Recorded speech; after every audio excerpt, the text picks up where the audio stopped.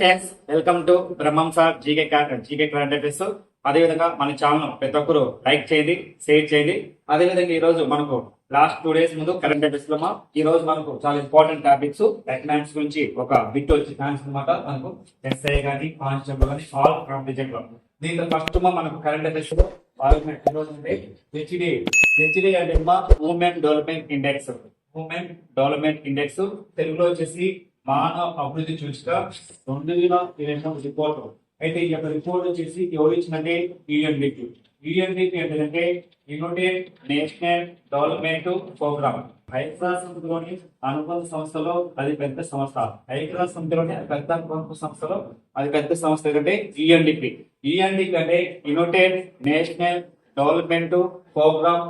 ఈ రిపోర్ట్ వచ్చేసి హెచ్డిఎఫ్ కింద వాళ్ళు ఎవరు రిపోర్ట్ ఇచ్చినట్టు ఎవరు సార్? యుఎన్డిపి వాళ్ళు రిపోర్ట్ ఇచ్చారు. అయితే ఇక్కడ మనం రీసెంట్ గా యుఎన్డిపి ఒక రిపోర్ట్ ఇచ్చిన 2023 హెచ్డిఎఫ్ రిపోర్ట్. హెచ్డి అంటే ఉమెన్ డెవలప్మెంట్ ఇండెక్స్. అయితే ఈ యొక్క ఇండెక్స్ ను 2023 ప్రకారం ప్రపంచవ్యాప్తంగా 193 దేశాల్లో 2023 ప్రకారం అంటే 2023 ప్రకారం హెచ్డి ర్యాంక్ లో ఫస్ట్ దేశం ఏదంటే ఐస్లాండ్, సెకండ్ దేశం ఏంటంటే నార్వే, మూడో దేశం ఏంటంటే స్విట్జర్లాండ్, నాలుగో ప్లేస్ అంటే డెన్మార్క్. అయితే ఇండియా ర్యాంక్ వచ్చేసి ఎన్నో ప్లేస్ అంటే 130 ప్లేస్, 130వ స్థానం. 130వ స్థానం 2023 ప్రకారం. అయితే లాస్ట్ టైం ఇదే ఇప్పుడంటే లాస్ట్ 2020 ప్రకారం ఇండియా ర్యాంక్ వచ్చేసి ఏంటంటే 133 స్థానం ఉన్నది.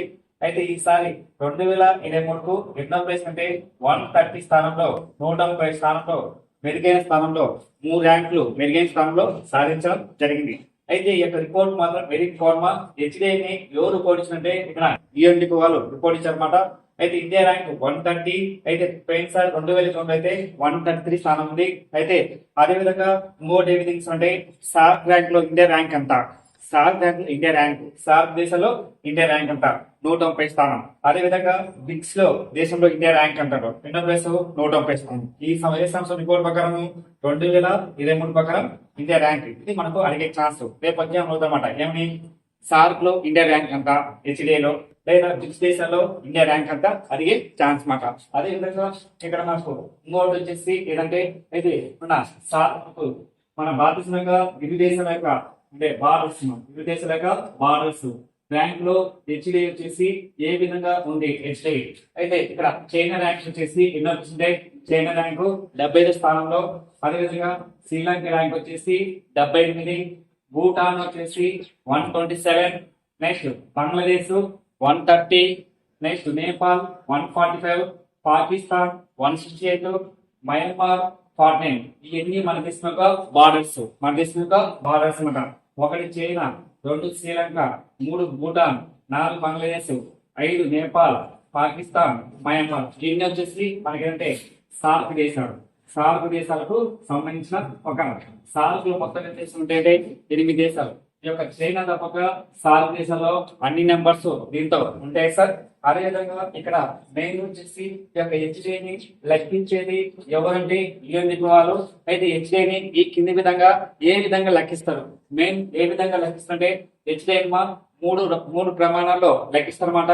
ఒకటి వచ్చేసి విద్యారంగంలో, రెండో వచ్చేసి మెరుగైన జీవన ప్రమాణం అంటే స్టాండర్డ్ ఫర్ లైఫ్. అదే విధంగా విద్య అంటే ఎడ్యుకేషన్.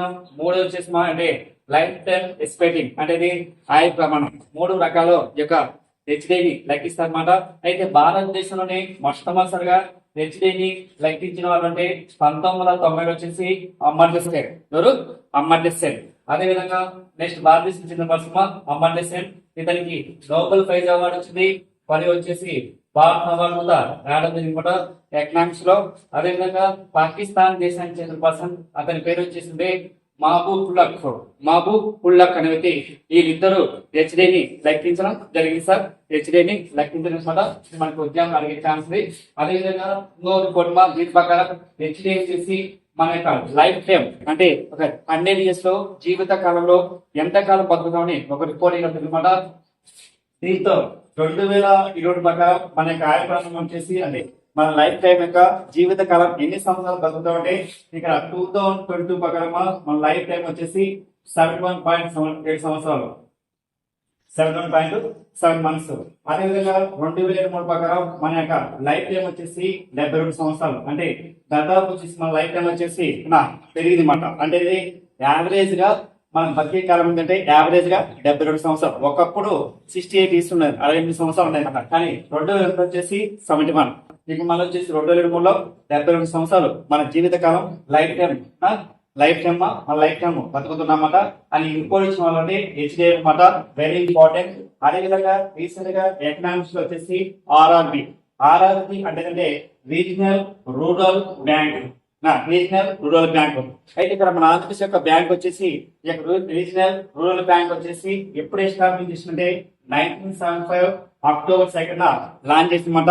దీన్ని ఎక్కడ లాంచ్ చేసిందంటే ఇక్కడ మెయిన్ వచ్చేసి దీన్ని ఎవరు లాంచ్ చేసింటే ఇందిరాగాంధీ ప్రధానమంత్రి ఉన్నప్పుడు ఈ యొక్క ఆర్ఆర్బి లాంచ్ చేసింది. ఆర్ఆర్బి అంటేనేమో రీజనల్ రూరల్ బ్యాంకు. అదేవిధంగా ఎస్టాబ్లిష్ వచ్చేసి అంటే 1975 అక్టోబర్ 2 ఇందిరాగాంధీ ప్రభుత్వంలో ఆర్ఆర్బి లాంచ్ చేసింది. ఆర్ఆర్బి వచ్చేసి 2020కు ఆర్ఆర్బి ఏర్పడి ఎన్ని సంవత్సరాలు 50 సంవత్సరాలు పూర్తవుతుంది.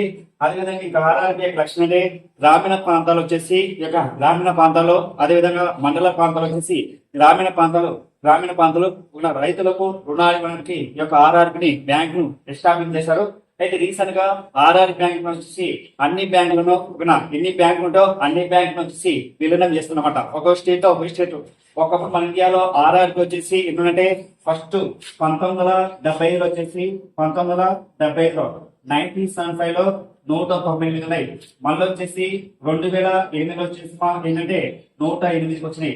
మళ్ళా ప్రైవేట్ వచ్చేసి 2020 వచ్చేసి ఏంటంటే 48. ఈ యొక్క 48 వచ్చేసి మళ్ళా ఆర్ఆర్బిని ఇప్పుడు కేంద్ర ప్రభుత్వం వచ్చేసి 2025 మే 1 నుంచి ఆర్ఆర్బిని కేవలం 28 మాత్రమే. ఒక్కొక్క రాష్ట్రంలో ఒక్కొక్క బ్యాంక్ మాత్రం ఉండాలి. ఒక్కొక్క బ్యాంక్ లో ఒక్కొక్క బ్యాంక్ మాత్రమే. అంటే ఒక్కొక్క స్టేట్ లో ఒక్కొక్క బ్యాంక్ మాత్రం ఉండాలి. అన్ని బ్యాంకులు ఏం చేస్తుంటే మర్జింగ్ చేస్తుంది అనమాట. మర్జింగ్ అనేది విలీనం చేస్తాం అనమాట. అట్లనే ఇక్కడ మనకి ఏంటంటే మన ఆంధ్రప్రదేశ్ లో 3 బ్యాంకులు ఆర్ఆర్బిస్ ఉన్నాయి. మొత్తం 4 అయితే ఈ యొక్క 4లో 3 బ్యాంకులు వచ్చేసి ఆంధ్రప్రదేశ్ బ్యాంకులకి విలీనం చేస్తున్నమాట. ఈ ఒక్కటి వచ్చేసి ఏంటంటే ఆంధ్రప్రగతి గ్రామీణ వికాస్ బ్యాంకు, అదేవిధంగా సప్తగిరి గ్రామీణ బ్యాంకు. 3 వచ్చేసిందంటే చైతన్య గ్రామీణ గోదావరి బ్యాంకు. ఈ 3 బ్యాంకులు వచ్చేసి ఏ బ్యాంకులకి మధ్య చేసిందంటే ఆంధ్రప్రదేశ్ గ్రామీణ బ్యాంకులకి విలీనం చేస్తున్నమాట. అయితే ఆంధ్రప్రదేశ్ గ్రామీణ బ్యాంక్ హెడ్ క్వార్టర్ అంటే కడప. వచ్చేసి కడప. ఆంధ్రప్రదేశ్ కడపలో ఈ యొక్క బ్యాంక్ హెడ్ క్వార్టర్ ఉంది. ఇది మనకు అడిగే ఛాన్స్ అనమాట. అయితే ఆర్ఆర్బి వచ్చేసి చాలా రూరల్ బ్యాంక్స్. ఈ యొక్క రూరల్ బ్యాంక్ వచ్చేసి ఇది స్పాన్సర్ వచ్చేసి కేంద్ర ప్రభుత్వం ఏ యొక్క ఎంత ఇస్తుంది, అదేవిధంగా స్టేట్ ప్రభుత్వం ఎంత ఇస్తుంది, అదేవిధంగా నేషనల్ బ్యాంక్ వాళ్ళు ఎంత డబ్బులు మనకు పే చేస్తుంది. అయితే ఇక్కడ ఆర్ఆర్బి వచ్చేసి కేంద్ర ప్రభుత్వం వచ్చేసి ఎంతంటే సెంట్రల్ గవర్నమెంట్ నుంచి 50% ఇస్తుంది. అదేవిధంగా నేషనల్ బ్యాంక్ వచ్చేసి ఎంత ఇస్తుంది 35%. అదేవిధంగా స్టేట్ ప్రభుత్వం వచ్చేసి అంటే 15% రేట్ ఇస్తున్నమాట. ఏమని వచ్చాను ఆర్ఆర్బి రూరల్ బ్యాంక్ వచ్చేసి ఈ కింద వాళ్ళు ఎంత వాటా ఇస్తారు, వాటా అంటే ఎంత సేల్ ఇస్తారు. ఒకటి వచ్చేసి 50% central government, next state government, అదేవిధంగా నెక్స్ట్ నేషనల్ బ్యాంక్స్ 35%, అదేవిధంగా స్టేట్ వాళ్ళు వచ్చేసి 50% ఇవ్వడం జరుగుతుందన్నమాట. ఇది మనకి ఇంపార్టెంట్. ఆర్ఆర్బి ఎప్పుడు స్టార్ట్ చేస్తే 1975 అక్టోబర్ 2 ఇందిరాగాంధీ జయంతి రోజు. అదేవిధంగా మన ఇండియాలో నేషనల్ బ్యాంక్ అని మొత్తం ఎవరికాలం ఉంటే ఇందిరాగాంధీ కాలంలోనే చేస్తారనమాట. కానీ పేమెంట్ వచ్చేసి అన్ని బ్యాంకులు మధ్య అని చెప్తుంటారు నరేంద్ర మోడీ గారు. అన్ని బ్యాంకులు ఎందుకు మంచి చేస్తానంటే మన ప్రపంచంలోనే టాప్ 10 లో వచ్చేసి ఇండియా ఒక్క బ్యాంక్ కూడా డెవలప్ లో లేదని ఇటీవల రిపోర్ట్ జరిగింది సార్. ఇక్కడ మనకు ఒక ఎగ్జామ్ లో అడిగే ఛాన్స్ ఒకటి వచ్చేసి లేదంటే హెచ్డి నెక్స్ట్ రూరల్ బ్యాంక్. ఇది మనకు రీసెంట్ గా current affairs last 2 days back చాలా ఇంపార్టెంట్ టాపిక్. మనకు ప్రపంచ పత్రికా స్వేచ్ఛ దినోత్సవం. మనకి ఇంగ్లీష్ లో వచ్చేసి ఏమిటంటే వరల్డ్ ఎకనామిక్స్ ఫోరం అంటే వరల్డ్ మనకు ప్రపంచ పత్రికా దినోత్సవం వచ్చేసి ఏంటంటే ప్రపంచ ప్రెస్ ఫ్రీడమ్ డే. ఎప్పుడంటే May 3 చెప్పుకుంటాం. May 3 ఈ యొక్క ప్రపంచ పత్రికా స్వేచ్ఛ దినోత్సవం మన ఐక్యరాష్ట్రం ఎప్పుడు స్టార్ట్ చేసింటే 1993 నుంచి స్టార్ట్ చేయమాట. అయితే ఇక్కడ మనకు మెయిన్ కంటెక్స్ అంటే ఇలా వరల్డ్ ప్రెస్ ఫ్రీడమ్ ఇండెక్స్ లో అంటే ప్రపంచ పత్రికా స్వేచ్ఛ సూచికలో అవుట్ ఆఫ్ వచ్చేసి 180 దేశాల్లో ఇండియా ర్యాంక్ వచ్చేసి ఎన్నో ప్లేస్ అంటే 159 ప్లేస్. అయితే ఇక్కడ మనకి ఏంటంటే 2024 ప్రకారం ఇండియా ర్యాంకు 159. అదేవిధంగా 2023 ప్రకారం ఇండియా ర్యాంకు 161. అదేవిధంగా 2020 ప్రకారం ఇండియా ర్యాంక్ వచ్చేసి 150. అంటే ఇండియా ర్యాంక్ వచ్చేసి పెరుగుతుంది ప్లస్ మళ్ళా తగ్గుతుంది. ఏదంతో ప్రపంచ పత్రిక స్వేచ్ఛ ఇండెక్స్ లో అయితే ఇక ప్రపంచ పత్రికా స్వేచ్ఛలో నెంబర్ 1 ర్యాంక్ వచ్చేసి అవుట్ ఆఫ్ 180 దేశాల్లో ఫస్ట్ ర్యాంక్ వచ్చేసి నార్వే, సెకండ్ వచ్చేసి డెన్మార్క్, మూడో ప్లేస్ మా స్వీడన్, నాలుగో ప్లేస్ నెదర్లాండ్. అయితే ఇండియా ర్యాంక్ వచ్చేసి ఎంతంటే 159.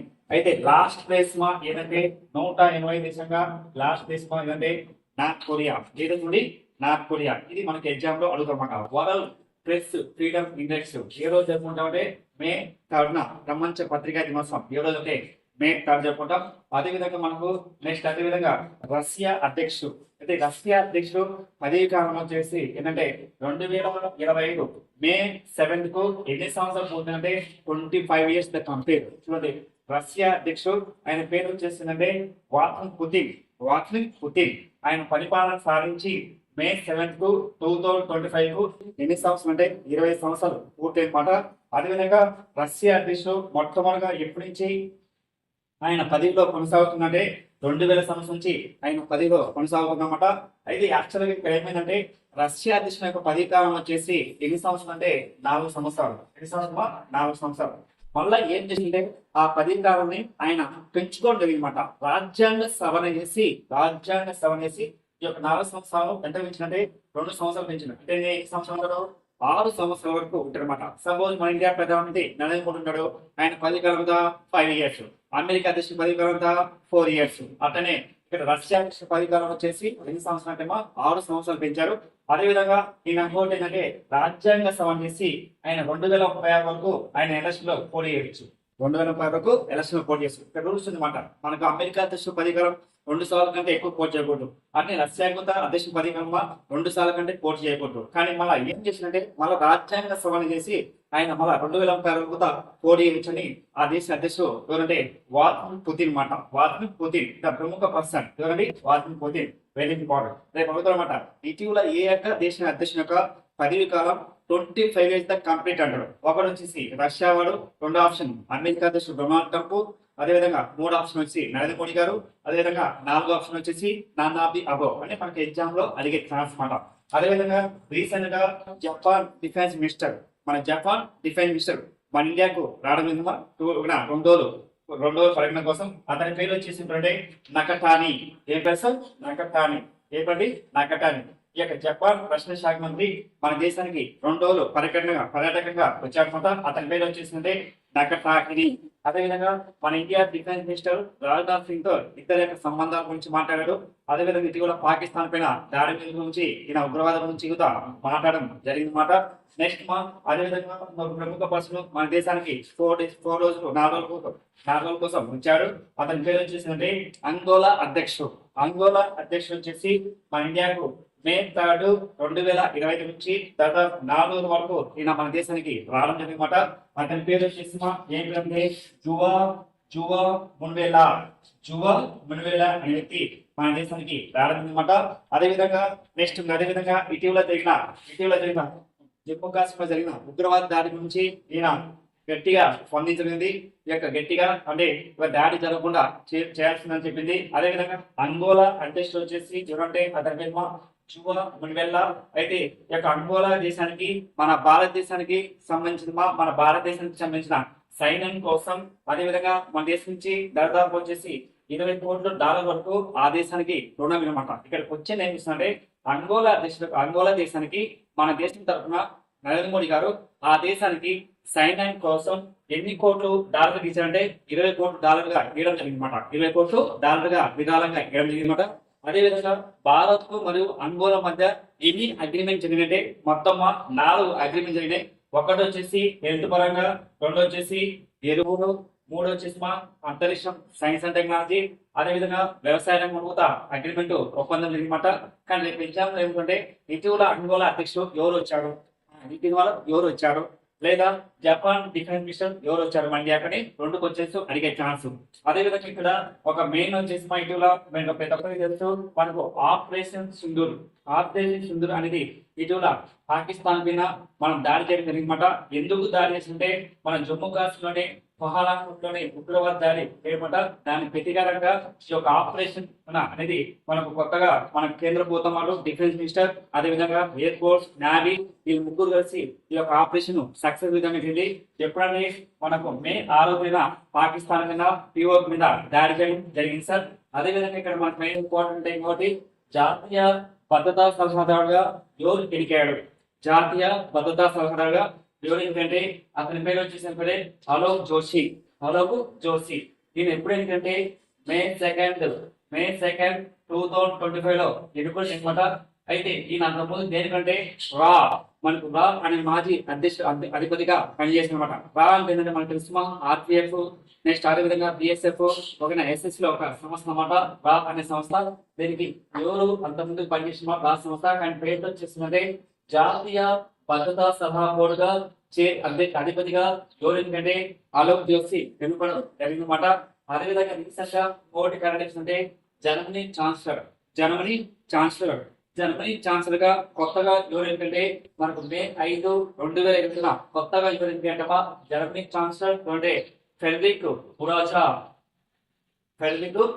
అనే వ్యక్తి ఎన్నికారు. అయితే జర్మనీలో మొత్తం పార్లమెంట్ స్థానాలు వచ్చేసి 630 స్థానాల్లో మొత్తం 316 స్థానాలు ఈయన కైవసం చేసుకోవడం జరిగింది సార్. ఇక్కడ మనం ఏంటంటే జర్మనీ ఛాన్సలర్ గా కొత్తగా ఎవరు ఏంటంటే ఫెడరిక్ మురాజా ఎప్పుడంటే మే 5, 2025 అపాయింట్మెంట్.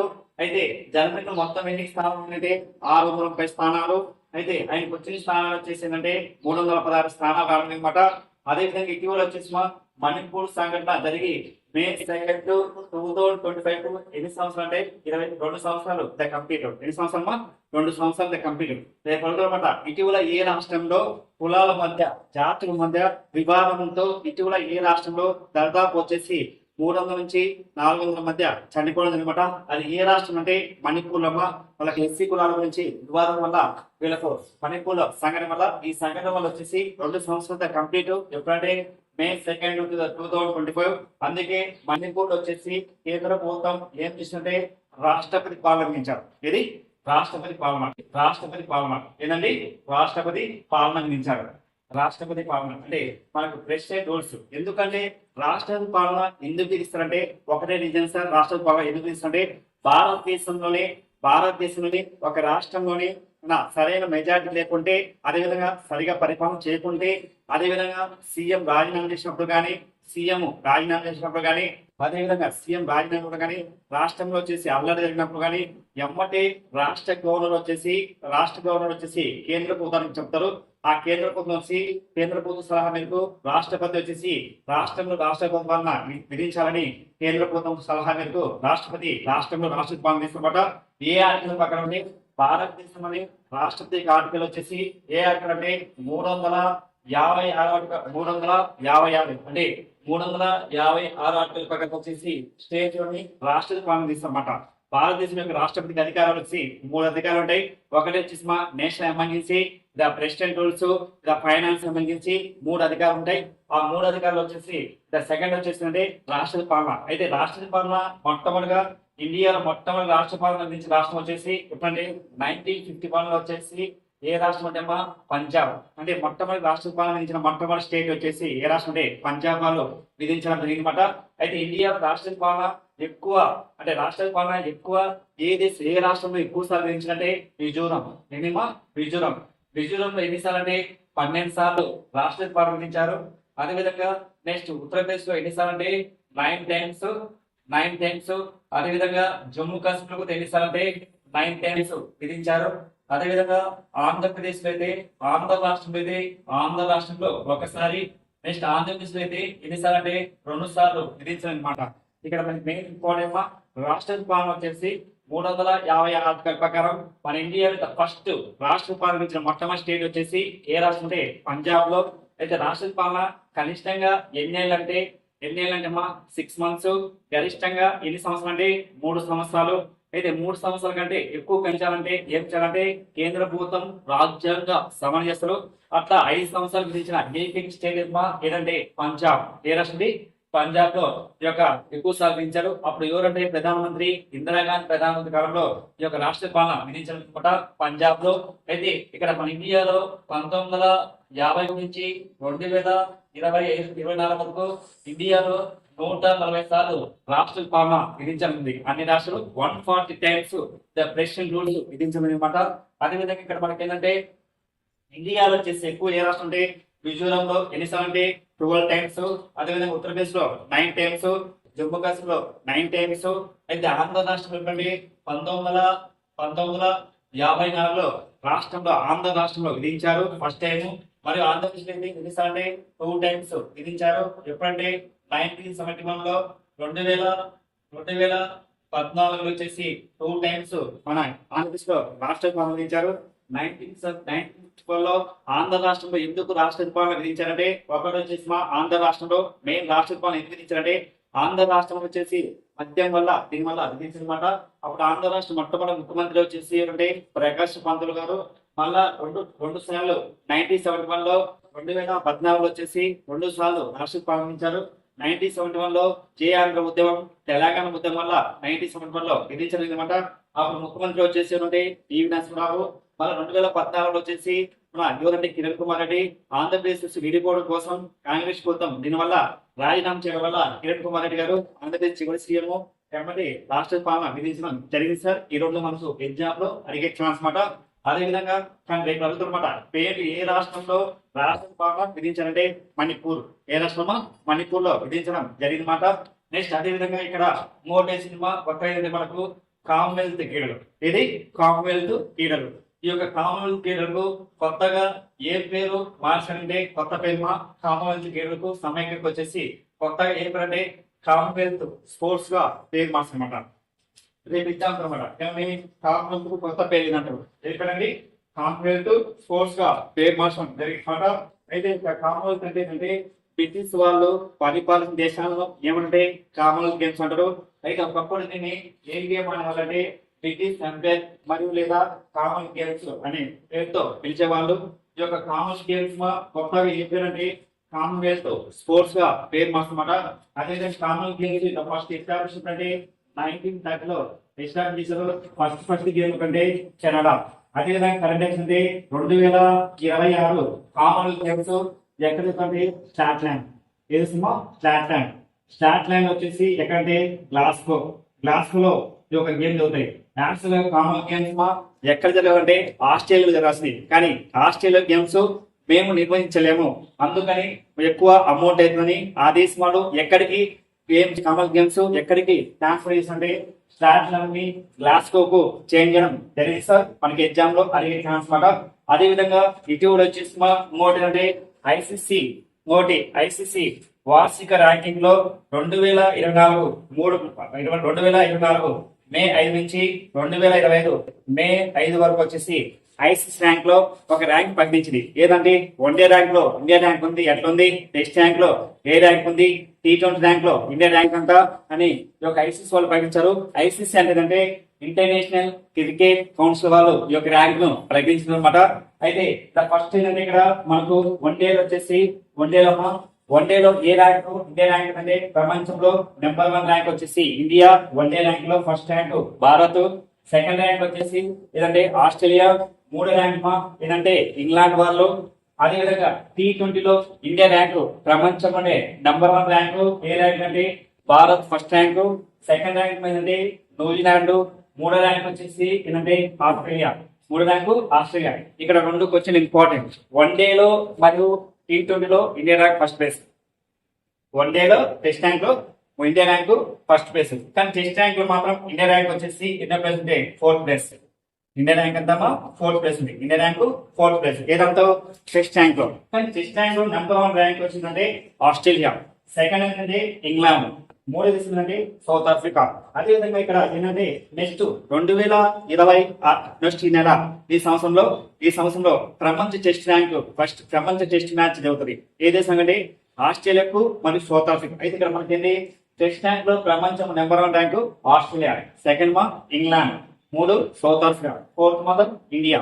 ఇది మనకు ఈ రోజు మనకు వెరీ ఇంపార్టెంట్ మా ఈ యొక్క గేమ్స్ గురించి, అపాయింట్మెంట్ గురించి, అదేవిధంగా పత్రికా స్వేచ్ఛలో ఇది మనకు జీకే అండ్ కరెంట్ అఫైర్స్ లో ఇంపార్టెంట్ టాపిక్స్. అదేవిధంగా మన ఛానల్ ప్రతి ఒక్కరు మీ ఫ్రెండ్స్ కు షేర్ చేయండి. ఎందుకంటే ప్రతి ఒక్క విషయం మనం చెప్తున్నమాట. ఏదైనా ఒక గుర్తుపెట్టుకోండి, కరెంట్ అఫైర్స్ చెప్పాలంటే చాలా కష్టం. ఎందుకంటే ప్రతి ఒక్కటి దాని యొక్క ముందు వెనక ఏముంది మొత్తం నేర్చుకోవాలి. ఎగ్జామ్లు ఎట్లా అవుతుంటే ఫస్ట్ సపోజ్ మనం ఏమంటాము, ప్రపంచ పత్రికా దినోత్సవం అంటే ఎప్పుడు అంటారు, May 3rd అని దానే కానీ దీని మీద అంటారు లక్ష్యం. అదేవిధంగా లేదా ఇండెక్స్ ఏంది అంటే ఇది ప్రతి ఒక్కటి ఈ కింద వరకు సరైంది సరికాంది అని ప్రతి ఒక్కటి మనం చదవాలి సార్. అది మా ఈ రోజు మనకు అదేవిధంగా మన ఛానల్ మీ ఫ్రెండ్స్ కు ప్రతి ఒక్కరికి షేర్ చేయండి. అదేవిధంగా మనకి ఏంటంటే ఇంపార్టెంట్ ఏంటంటే మా మీకు ఏదన్నా కామెంట్ల రూపంలో తెలియజేయండి ఎట్లా ఏం కదా అని. ఓకేనా? Thank you very much.